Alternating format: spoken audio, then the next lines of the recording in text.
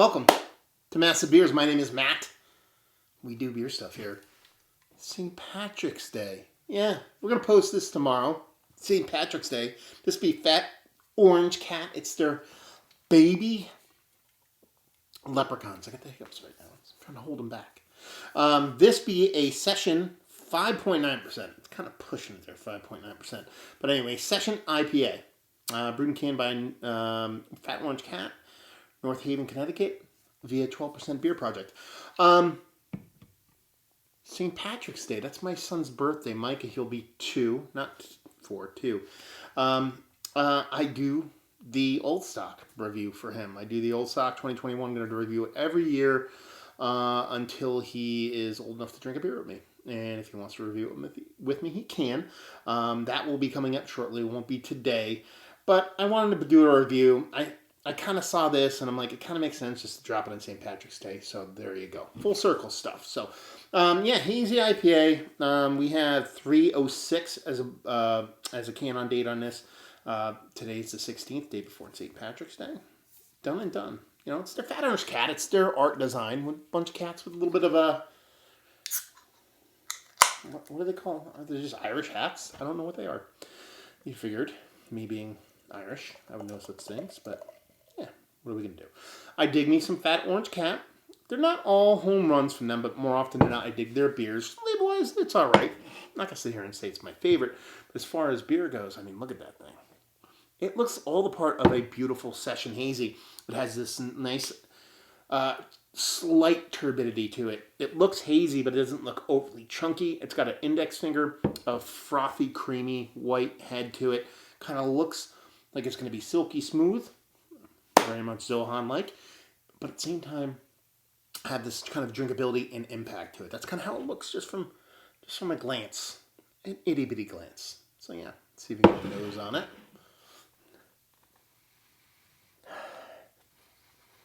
Not much there, to be honest with you. You know, I've had my fair share of low ABV hazies, and some can be quite impactful at sub 6, sub 4, hell, sub 3%.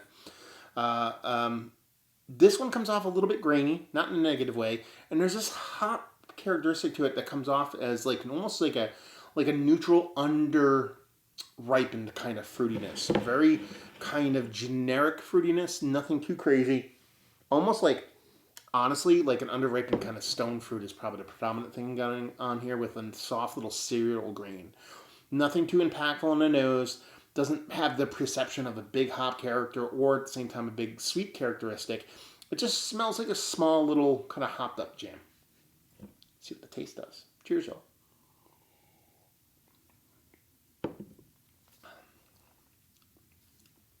That's not too shabby.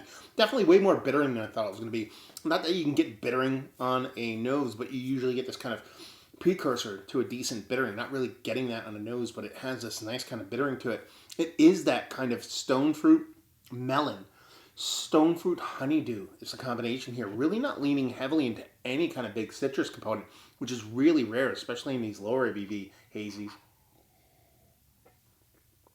So the stone fruit honeydew, kind of slightly under ripeness, nothing really all that sweet to begin with. And this nice kind of toasted cereal grain thing that makes you think it's actually made with actual grains as opposed to just brewer sugar.